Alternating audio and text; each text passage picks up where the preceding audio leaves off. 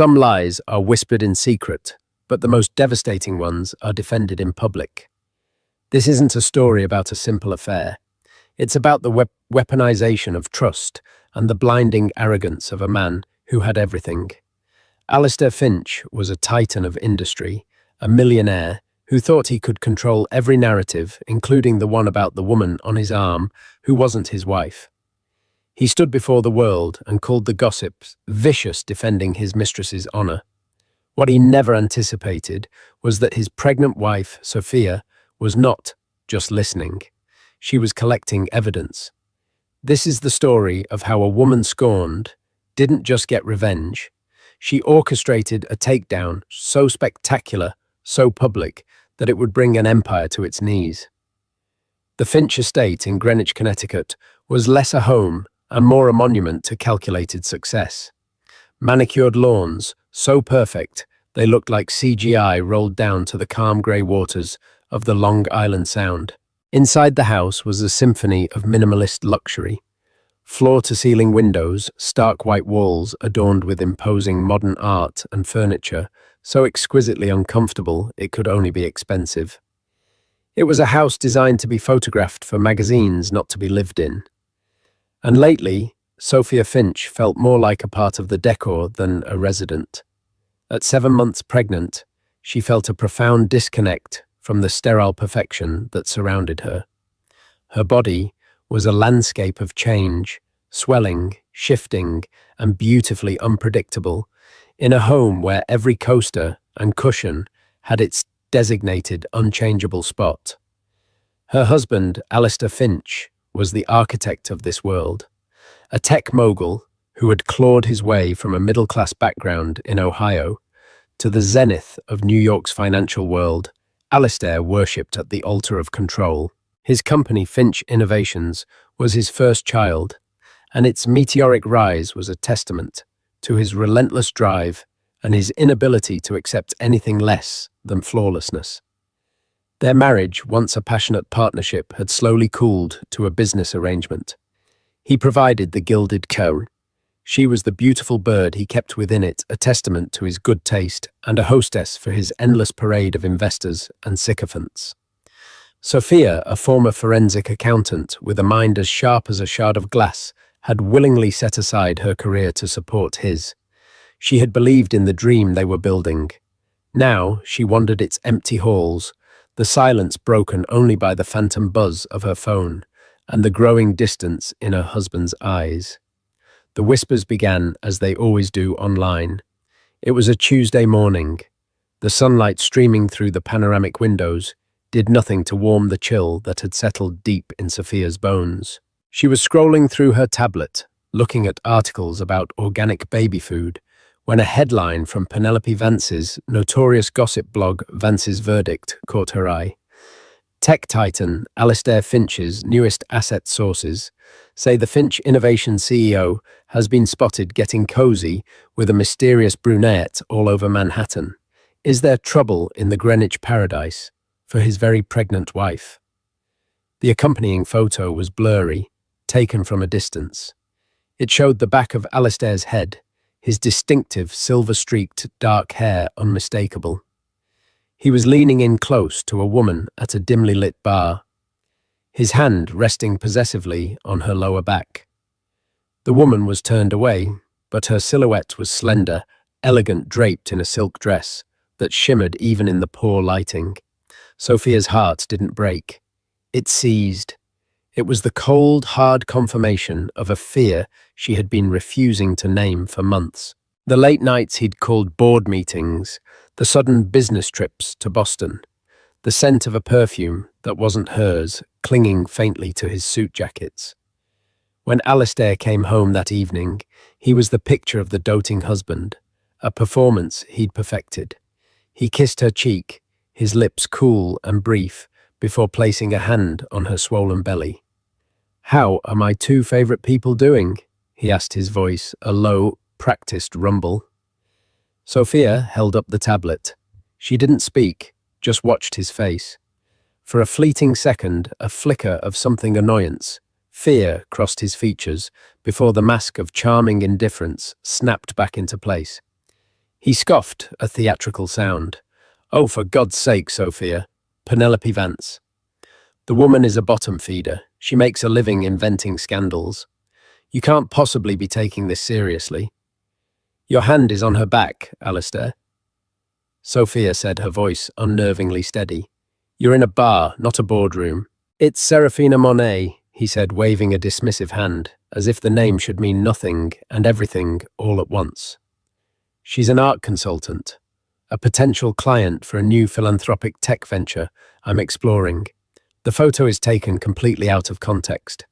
We were at a crowded gallery event, and I was steering her through the throng. Vance's photographer must have waited for the perfect moment to create a fiction. Serafina Monet. The name sounded like a character from a novel, all silk and smoke. Sophia had heard him mention her once or twice, a fleeting reference to a new contact who was incredibly well connected in the art world. You never told me you were courting new clients for a philanthropic venture. Sophia said, her gaze unwavering. It's in the early stages. I didn't want to bore you with the details until it was more concrete. He deflected smoothly. Sophia, listen to me. You're pregnant, you're emotional. It's understandable. But letting this kind of trash get to you is beneath you. It's beneath us. I'm building an empire for this family. For our son. Do you really think I would jeopardize that for a meaningless dalliance? His words were a masterclass in manipulation. He'd acknowledged her pregnancy, framed her valid concern as hormonal instability, and redirected her to his grand purpose all in one breath. The old Sophia might have been swayed, might have apologized for her lack of faith. But the woman sitting before him now was different. The life growing inside her had ignited a primal protective instinct that was more powerful than any lie he could spin. I see, she said, her voice betraying no emotion. She closed the tablet and placed it on the marble coffee table. Well, I'm glad you cleared that up. Alistair smiled, a triumphant, predatory gleam in his eyes. He believed he had won. He leaned in to kiss her again, but she shifted slightly, and his lips met the air just beside her temple. He didn't seem to notice, or perhaps chose not to. Good, he said, straightening his tie. Now forget about it. David Chen is coming over for dinner to discuss the Q3 projections. I need you to be the brilliant, charming hostess you always are. As he walked out of the room, leaving her alone in the cavernous, sun-drenched space, Sophia felt a cold resolve settle over her. He hadn't just lied to her, he had insulted her intelligence. He saw her as a fragile, emotional liability, not a partner. He had mentioned Serafina Monet's name so casually, so dismissively, that it could only mean one thing: she was important. And if Alistair was protecting her this fiercely, it was because there was something dangerous to protect. Sophia picked up her phone, her fingers moving with a purpose they hadn't had in years. She didn't navigate to a gossip site or a friend's social media page. She opened a secure browser and typed in a series of keywords, her old forensic accounting instincts roaring back to life. Serafina Monet, art consultant, New York. The game had changed. Alistair thought he was managing a minor pay crisis with his pregnant wife. He had no idea he had just declared war on the one person who knew exactly how to dismantle the pristine, perfect world he had built, one verifiable fact at a time. The serpent had been named, and Sophia was now ready to follow its trail, no matter how deep into the darkness it led. The Gilded Cage was about to become a battleground. The annual Patrons of the Arts Gala was the glittering apex of the New York City social calendar, a night where old money and new tech collided in a blinding flash of diamonds. For Alistair and Sophia Finch, it was a command performance. This year, Finch Innovations was the title sponsor, and a massive banner bearing the company's sleek minimalist logo was draped behind the stage in the grand ballroom of the Metropolitan Museum of Art. Sophia felt like she was preparing for combat. She chose her dress with strategic precision, a deep emerald gown of flowing silk that didn't hide her pregnancy, but celebrated it, draping her form in a way that was both regal and defiant. Her hair was swept up in an elegant chignon, and the famous Finch diamonds, a wedding gift from Alistair, felt cold and heavy around her neck. As she looked at her reflection, she didn't see a victim. She saw a queen surveying her kingdom, even if she knew a usurper was already within the castle walls. Alistair was buzzing with an almost manic energy, his charm turned up to its highest wattage. "You look breathtaking, Sophia," he murmured, his hand finding the small of her back as they stepped out of the black town car into a maelstrom of flashing cameras. "Absolutely radiant. They won't be able to talk about anything else." Sophia knew he was right, but not for the reasons he thought. His praise was a tool, a way to ensure she played her part. Tonight her role was the adored, pregnant wife, a living, breathing symbol of his stability and good fortune. The ballroom was a sea of black ties and couture gowns. The air hummed with forced laughter and the clinking of champagne flutes. They made their way through the crowd, Alistair shaking hands and accepting accolades, while Sophia smiled serenely, her mind a whirring calculator of observations. She watched the way people's eyes darted from her belly to Alistair's face, searching for cracks in the facade. The Vance's verdict piece had made the rounds. Everyone here had read it. They were talking to Alistair's business partner, David Chen, when it happened.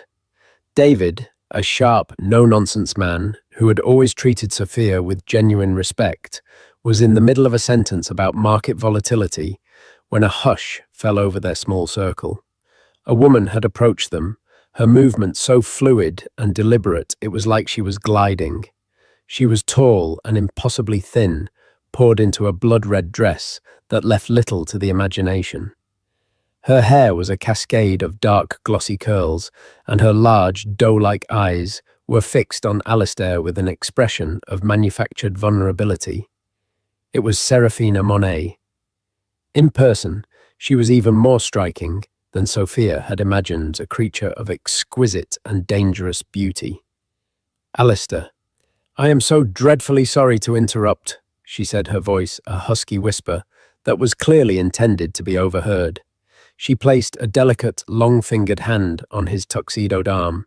"I just saw Penelope Vance lurking by the bar, and I felt a panic attack coming on. What she wrote was so vile, so untrue. I've barely been able to leave my apartment." Alistair immediately shifted into protector mode. He covered her hand with his posture changing from that of a CEO to a guardian. "Seraphina, don't give that woman another thought. She is irrelevant. We are all fine." He then turned to Sophia, his expression a mixture of feigned nonchalance and clear warning. "Sophia, darling, you remember I mentioned Seraphina Monet, an art consultant I've been advising." He had framed it as if he were advising her a subtle but significant twist. Sophia met Seraphina's gaze. The woman's eyes were not filled with panic. They were cold, assessing, and triumphant. This was no chance encounter. This was a calculated strike designed to happen here in the most public of arenas. "Of course," Sophia said, her voice smooth as ice. "It's a pleasure to finally meet the woman from the photograph." The barb, though subtle, landed. A flicker of irritation crossed Seraphina's face before she quickly replaced it with a look of wounded innocence. She turned her tear-brimmed eyes back to Alistair. "I'm so sorry, Mrs. Finch. I can't imagine how this must look to you.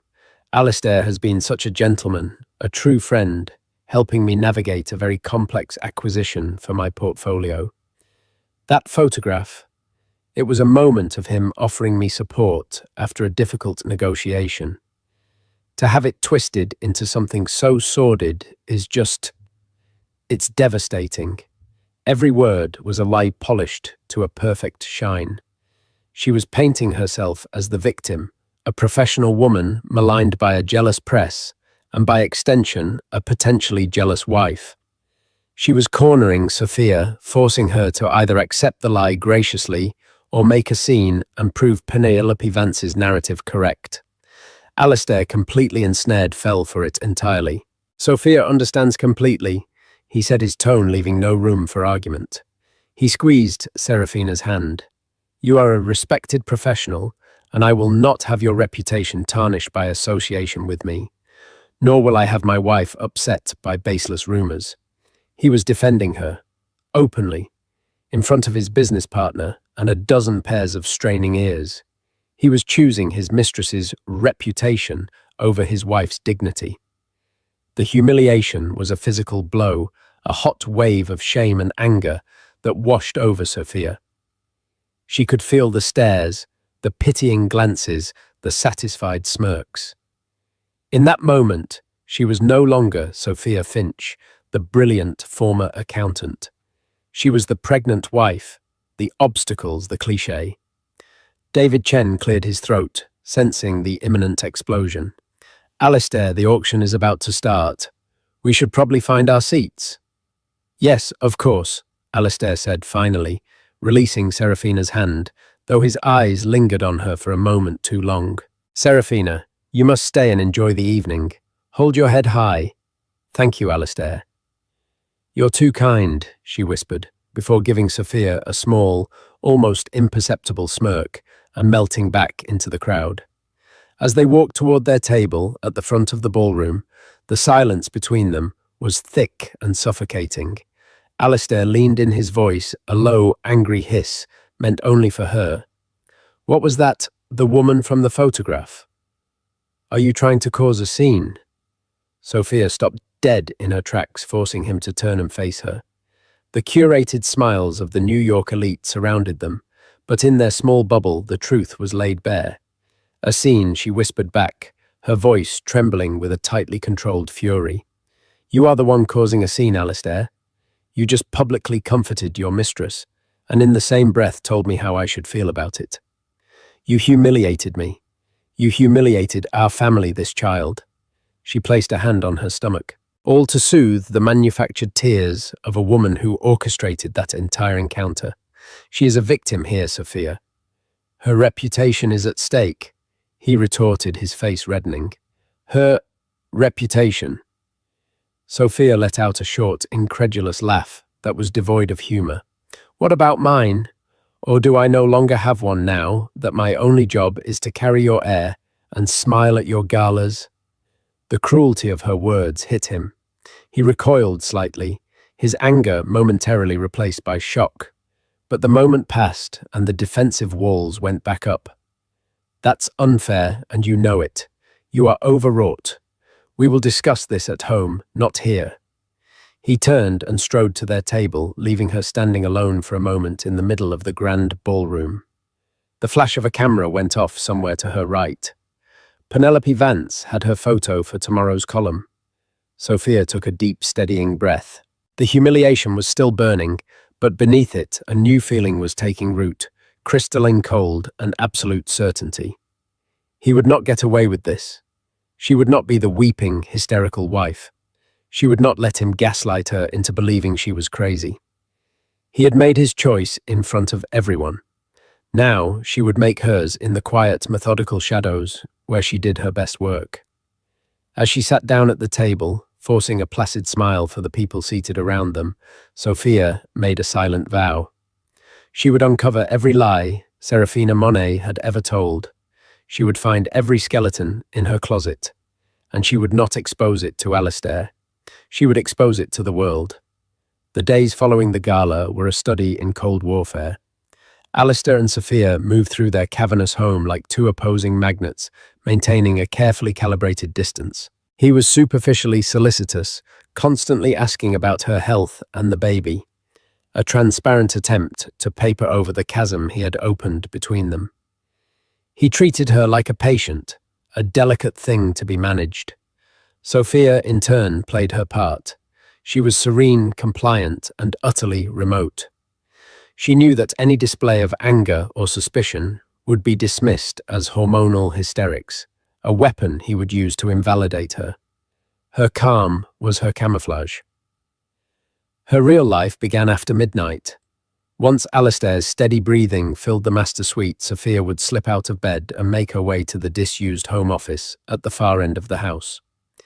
It was the one room Alistair never entered, a space filled with her old textbooks, files from her previous career, and a high-spec computer she'd insisted on when they first moved in.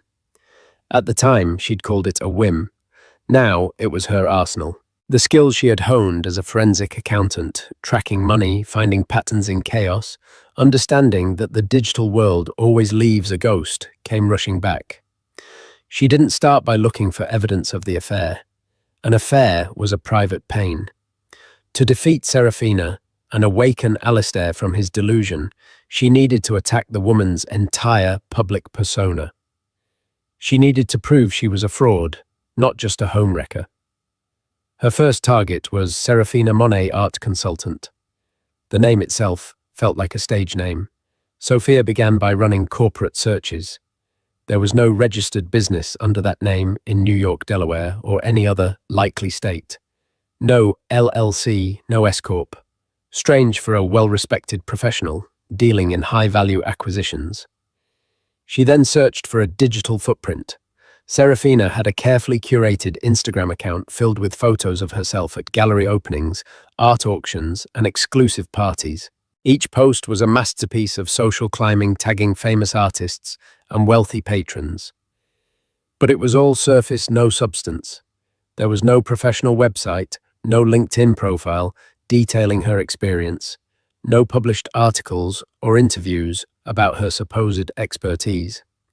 Sophia called her best friend Dr. Amelia Reed, a sharp-witted obstetrician who had been her rock through the pregnancy. It's like she didn't exist before 2020. Sophia said, her voice low as she paced the office, the screen glowing in the dark.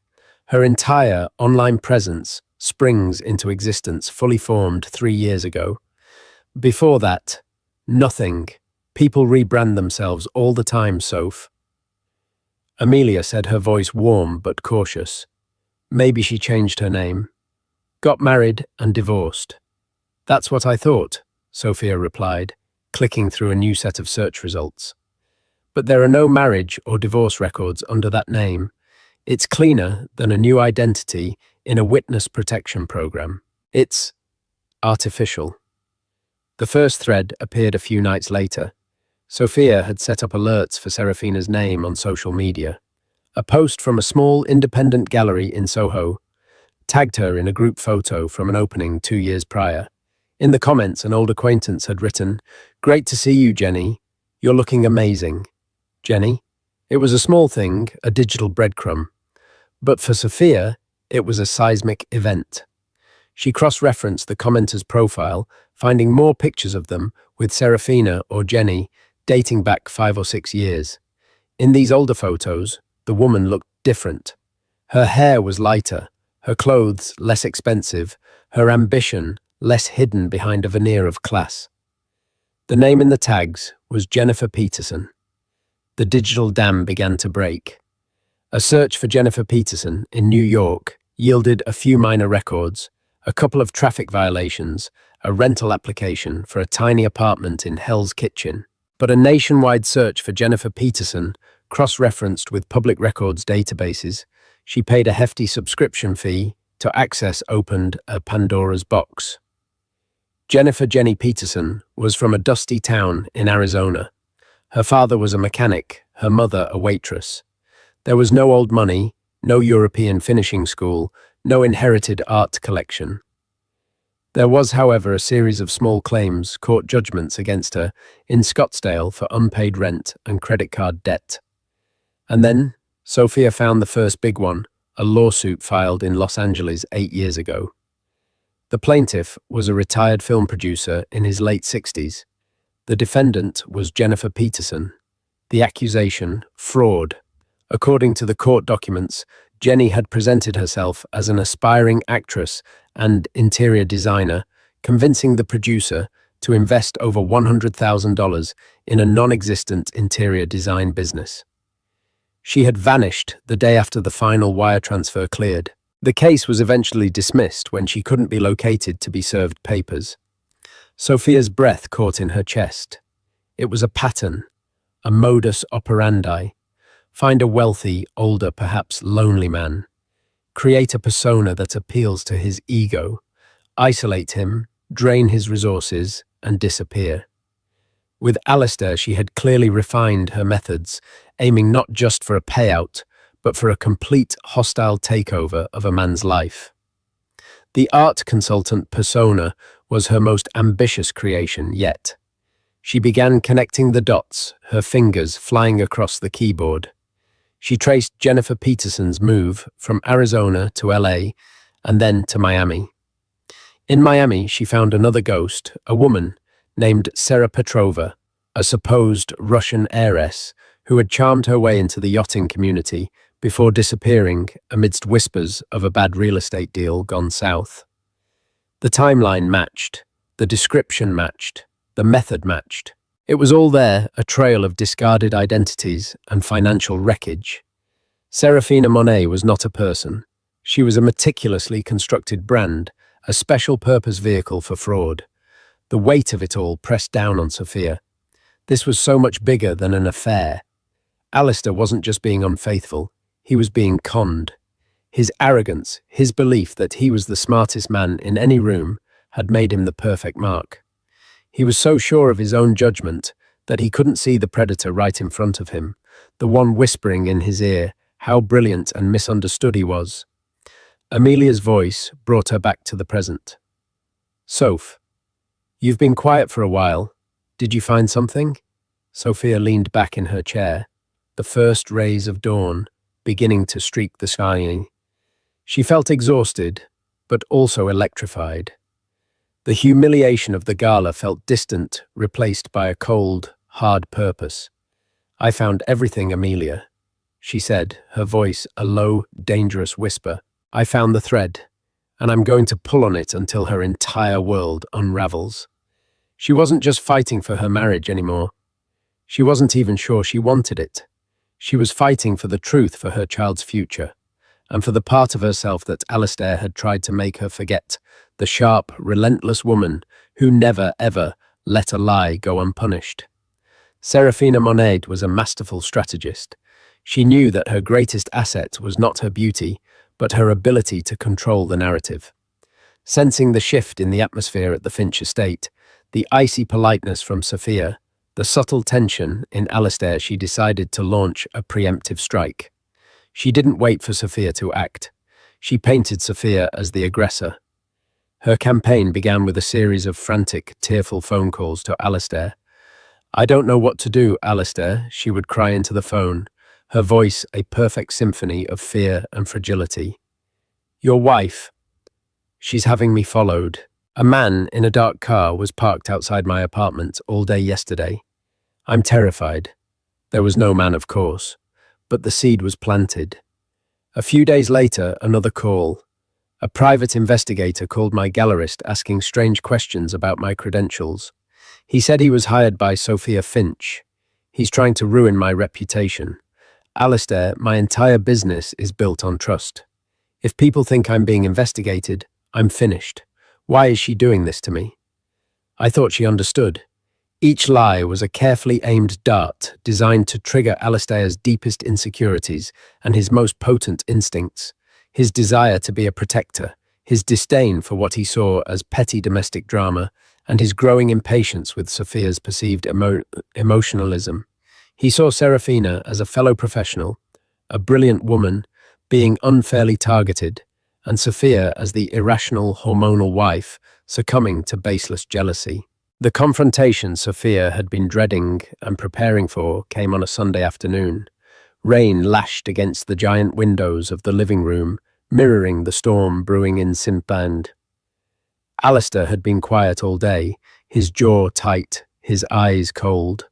He finally cornered her as she was organizing the newly delivered baby clothes in the nursery, a room of soft yellows and whites that felt like a sanctuary. "We need to talk," he said, his voice devoid of any warmth. He closed the door behind him, shutting them in with the scent of fresh paint and impending disaster. "About what?" Alistair, Sophia asked, continuing to fold a tiny cashmere sweater, her hands steady. "About your harassment of Serafina Monet," he snapped, dispensing with any pretense. "Hiring a private investigator, having her followed. What in God's name do you think you're doing, Sophia?" Sophia turned to face him slowly. She had not hired an investigator. She was far too meticulous to delegate such a task and risk exposure. Serafina had invented it, feeding Alistair the very conclusion Sophia had hoped to avoid. "I haven't hired anyone, Alistair," she said calmly. "That's a fiction she's created to make herself the victim." "A fiction," he scoffed, taking a step closer. His 6-foot frame seemed to dominate the peaceful room. "She is terrified. She's a single woman, and you're using our resources to intimidate her. It's despicable. I thought you were better than this. I know you're pregnant, and your hormones are all over the place, but this is madness. It's paranoid." The gaslighting was so textbook it was almost laughable. He was using her pregnancy, the very thing that had made her stronger and more clear-eyed than ever, as a tool to dismiss her. "My hormones are not the issue here," Sophia said, her voice dropping to a steely low. "Your infidelity is the issue. Your blatant disregard for me and for our marriage is the issue. The fact that you are being played for a fool by a con artist is the issue." The word con artist hung in the air between them. Alistair's face, already flushed with anger, turned a shade darker. "How dare you? She is a respected businesswoman, a brilliant mind, and she has become a dear friend. You know nothing about her. You're just lashing out because you feel threatened." "A dear friend." Sophia challenged, finally letting her composure crack. "Friends don't call you at midnight. Friends don't let you buy them Cartier bracelets. Friends don't stand by and let you publicly humiliate your pregnant wife." Alistair flinched, as if struck. "I bought her a gift for her birthday, a token of my esteem." "You're twisting everything. You're building a conspiracy in your head because you can't stand the idea that I might have a connection with another woman that is purely platonic and intellectual. There is nothing platonic about it, and you know it." Sophia's voice rose, the fury she had suppressed for weeks finally boiling over. "Open your eyes, Alistair. The woman is a phantom. She has no verifiable history, no registered business, nothing. She's feeding you a story, and you're swallowing it whole because it strokes your ego."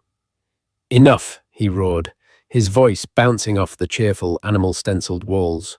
"You will stop this immediately. You will not contact her. You will not investigate her. You will leave her alone. Is that understood? My entire philanthropic venture is tied up with her contacts. You are putting millions of dollars and the future of Finch Innovations' charitable arm at risk because of your petty, unfounded jealousy." He had completely absorbed Serafina's narrative. He truly believed that Sophia was the threat, the irrational element that could bring his carefully constructed world crashing down. He saw Serafina as an asset and his wife as a liability. Sophia stared at him, and for the first time she felt nothing but a profound, hollow pity. He wasn't a monster. He was a fool. A brilliant, powerful, arrogant fool who was so blinded by a cheap fantasy that he couldn't see the truth right in front of him. "I understand," she said, her voice suddenly quiet and defeated. It was the performance he needed to see. The fight went out of her posture. Her shoulders slumped and she looked down at her hands. "You're right. I'm sorry. I'm just not myself lately." Alistair's relief was immediate and palpable. His posture softened, and the anger in his eyes was replaced by a patronizing sympathy. He stepped forward and put his hands on her shoulders. "I know, darling," he said, his voice becoming gentle. "It's a lot to handle. The pregnancy, the stress. I get it. Just trust me on this. Serafina is a good person, a friend. Let's not let this ugliness come between us." He believed he had won. He had quelled the rebellion, managed the situation. He kissed her forehead, a gesture of benevolent ownership. "Rest. I'll have dinner sent up for you." He left the nursery, closing the door softly behind him, leaving her in the cloying silence. Sophia stood motionless for a full minute. The moment he was gone, her spine straightened. The look of defeat vanished from her face, replaced by an expression of cold, diamond-hard resolve. His defense of Serafina had been more passionate, more absolute than she had ever imagined. He had threatened his own company, his own legacy to protect her. He had called his wife mad to preserve his mistress's lies. He hadn't just drawn a line in the sand. He had built a fortress on it and dared her to cross. And Sophia knew, with chilling certainty, that she wouldn't just cross it. She would burn the fortress to the ground with everyone inside. He wanted her to stop fine. She would stop investigating in secret. The next time he heard about her findings, it wouldn't be from a hysterical wife in a nursery. It would be in a forum so public, so devastating, that he would have no choice but to see the truth. Sophia's feigned surrender bought her exactly what she needed: time and a false sense of security for her enemies. Alistair, believing he had pacified her, redoubled his efforts with Serafina, both personally and professionally. He was now openly championing the Finch Monet Arts Initiative, a charitable foundation that existed, as far as Sophia could tell, only on paper and in Serafina's bank account. He funneled a significant amount of seed money into a holding company Serafina had established, a holding company registered in the Cayman Islands.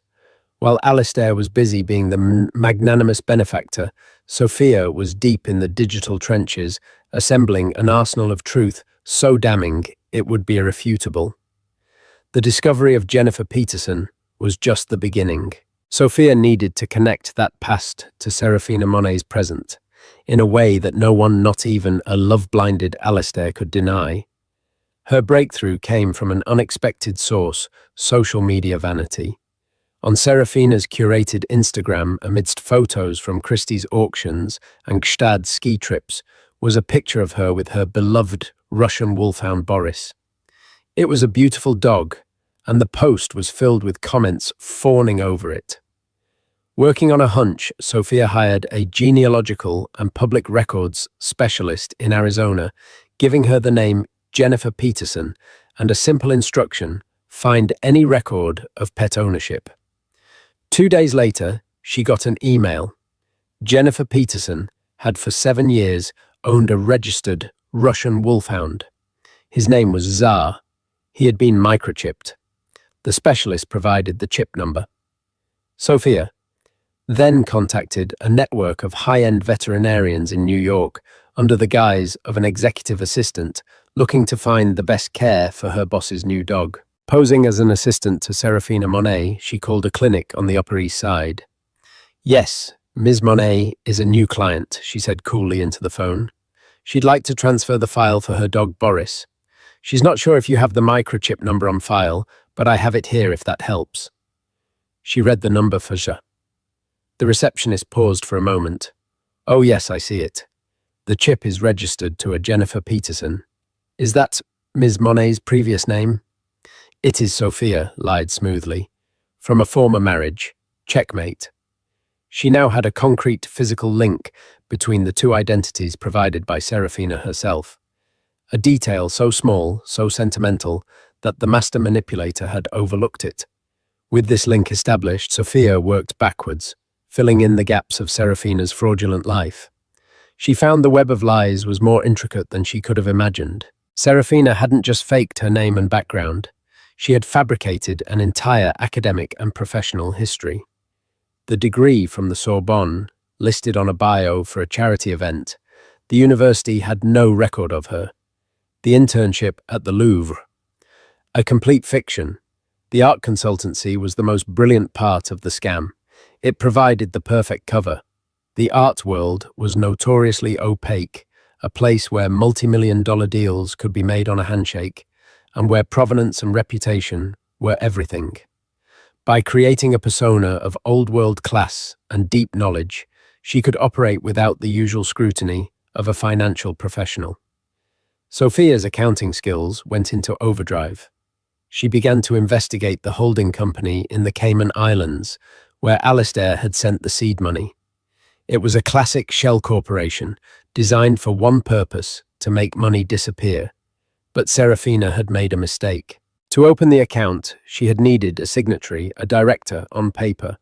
And for that, she had used an old associate, a man whose name, Sophia, had found listed as a co-defendant in a minor real estate fraud case in Miami from 5 years prior, a case that had also involved one Sarah Petrova. The man's name was Ricardo Vargas. A quick search revealed he was a low-level grifter currently residing in New Jersey. He was not the type to be loyal. For $5,000 wired from a specially created anonymous account, Ricardo Vargas was willing to talk. Not to Sophia directly, but to a lawyer she hired for a single recorded consultation. The transcript of that call was the nail in the coffin. Jenny, yeah, I know, Jenny Peterson. Ricardo's voice crackled on the recording. Or Sarah, or Serafina, or whatever she's calling herself this week. She's a genius, I'll give her that. She finds these rich guys who think they're masters of the universe, and she becomes their perfect fantasy. She told me about this new one, the tech guy, Finch. She said he was the biggest fish she'd ever hooked. Said he was so arrogant, he'd believe anything she told him. The plan was never to stick around. It was to set up this fake foundation, get him to pour in a few million, and then poof. She'd be on a beach in Bali, and he'd be explaining to his board where their charitable donations went. The lawyer pressed him. So, the Finch Monet Arts Initiative is not a legitimate enterprise. Ricardo laughed a harsh, ugly sound. It's as legitimate as her last name. It's a bank account. That's all. The only art she's interested in is the art of the steal. Sophia sat in her dark office, listening to the recording, and a profound calm washed over her. She had it all. The name changes, the prior lawsuits, the fabricated credentials, the link between her identities via the dog's microchip, the Shell Corporation, and now a sworn testimony from a co-conspirator detailing the entire plot. She carefully compiled every piece of evidence into a single, devastating presentation. Bank statements, court filings, screenshots, audio files, academic registrar letters. It was a forensic accountant's masterpiece, a meticulous and brutal vivisection of a life built on lies. She looked at the calendar. Finch Innovations' annual shareholder and press conference was in 1 week. It was Alistair's favourite day of the year, a chance for him to stand on a stage under bright lights and regale the world with his success and his vision for the future. He had already told her that he planned to officially announce the Finch Monet Arts Initiative at the event, with Serafina in the front row. He was planning to present his shining new philanthropic venture to the world.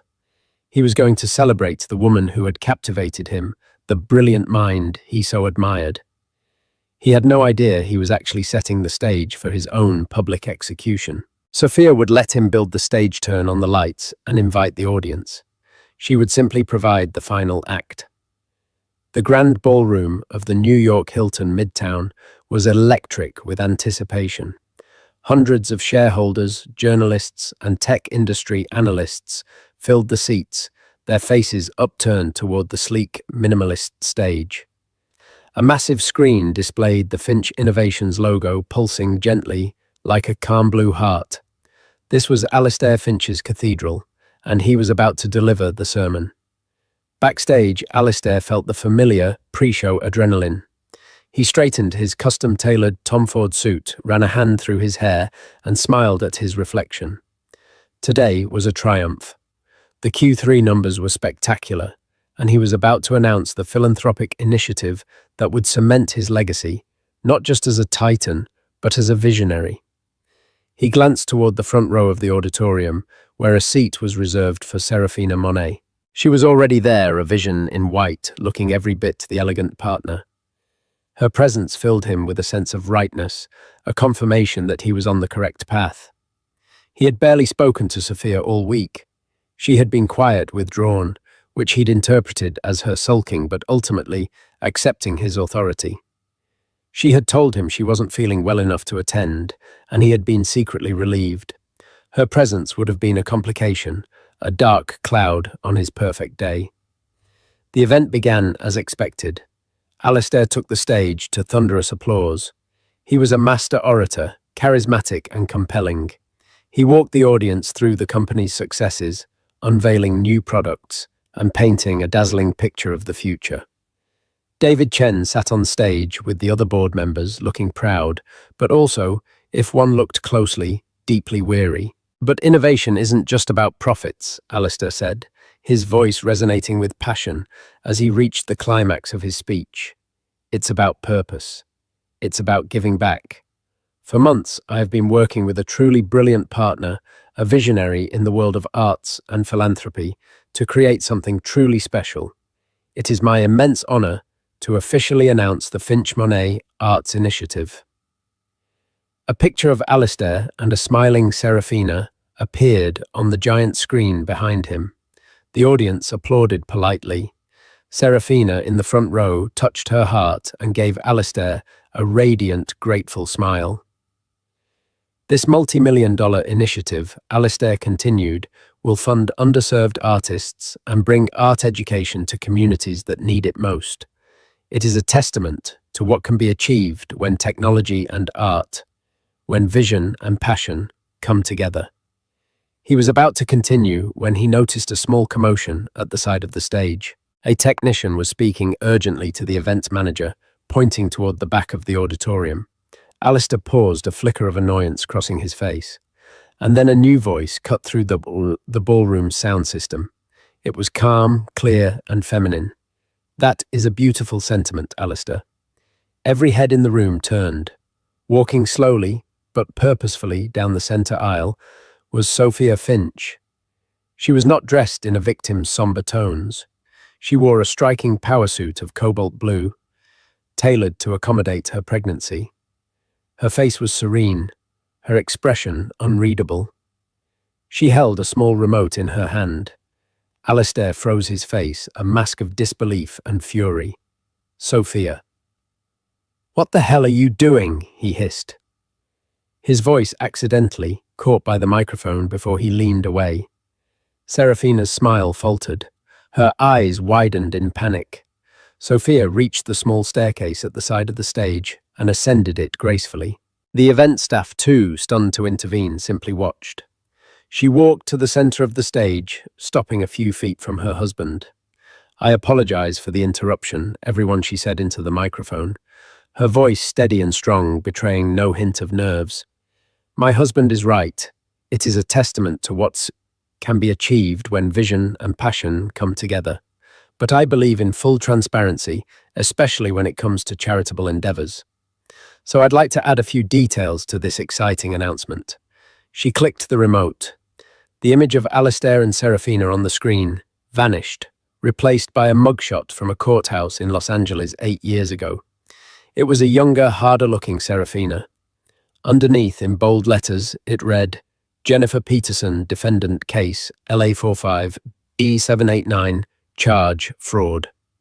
A collective gasp went through the audience. The journalists were already scrambling cameras, flashing fingers flying across keyboards. Serafina shot to her feet, her face ashen.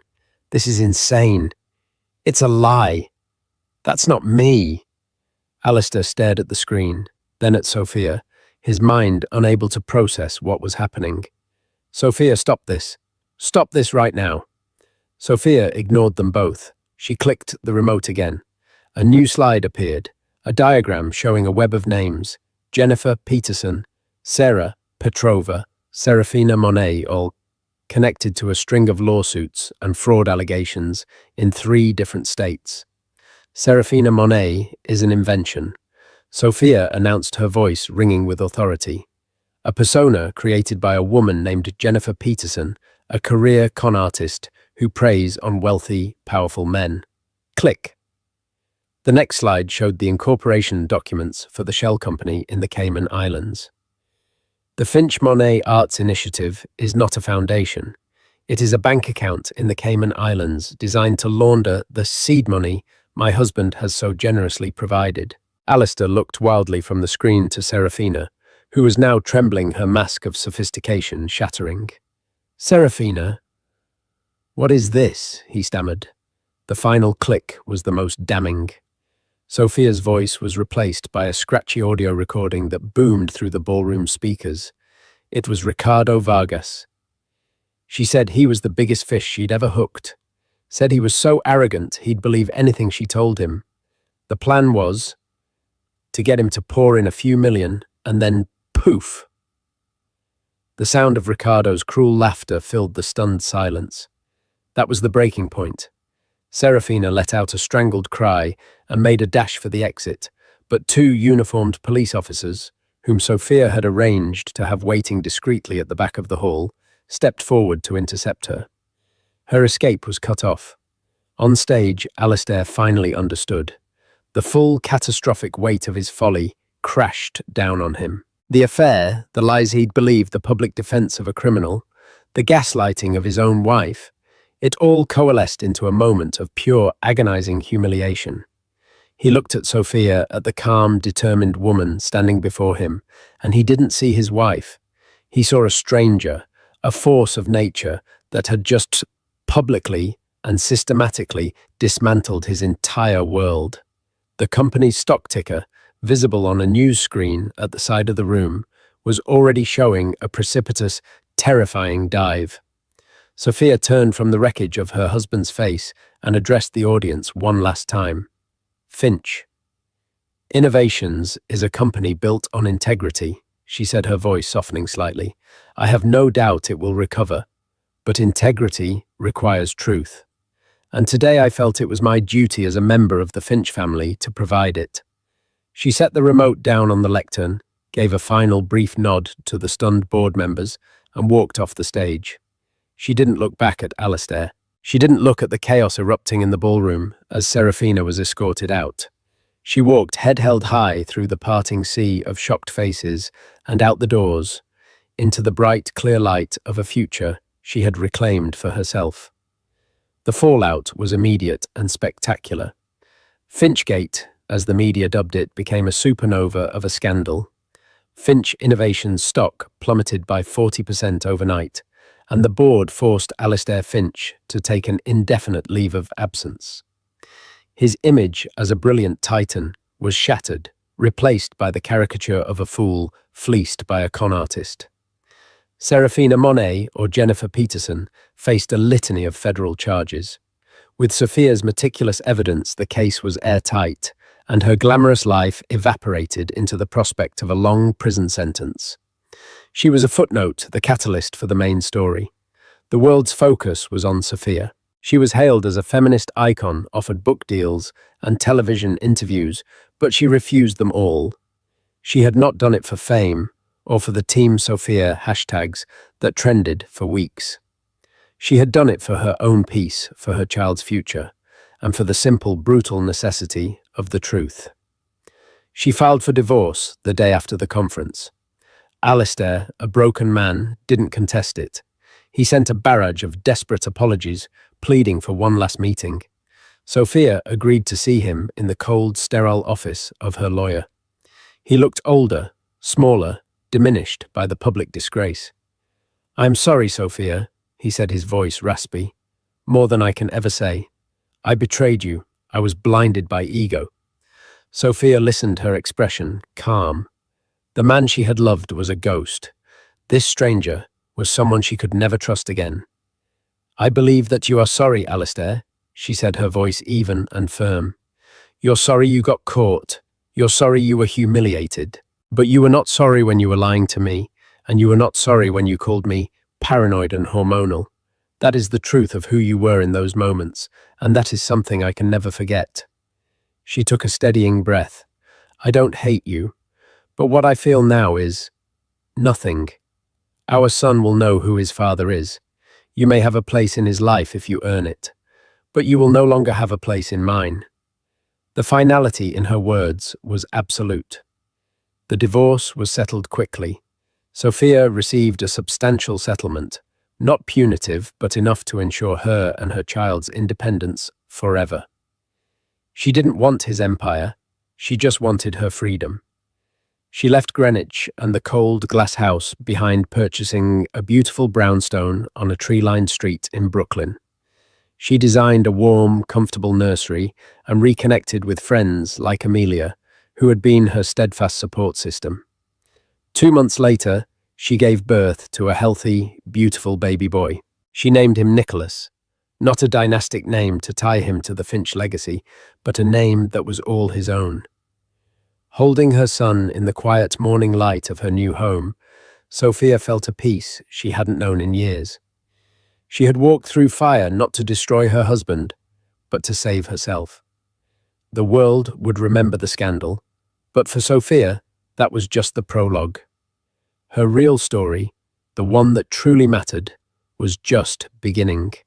It would be the story of a mother and her son, of strength, forged in betrayal, and of a woman who had finally found her wings. This was a story about the corrosive power of deceit and the unbreakable strength of a woman who refused to be silenced. Sophia's journey shows us that the truth, when wielded with intelligence and courage, is the most powerful weapon of all. She didn't just expose an affair, she dismantled a fortress of lies with an arsenal of facts. What did you think of her methods? Was her public unveiling an act of perfect justice or a step too far? Let us know your thoughts in the comments below. These real-life dramas are happening all around us, often hidden behind closed doors. If this story resonated with you, please give this video a thumbs up and share it with someone who appreciates a story of strength and vindication. And don't forget to subscribe to our channel and hit the notification bell. You won't want to miss the next story we uncover.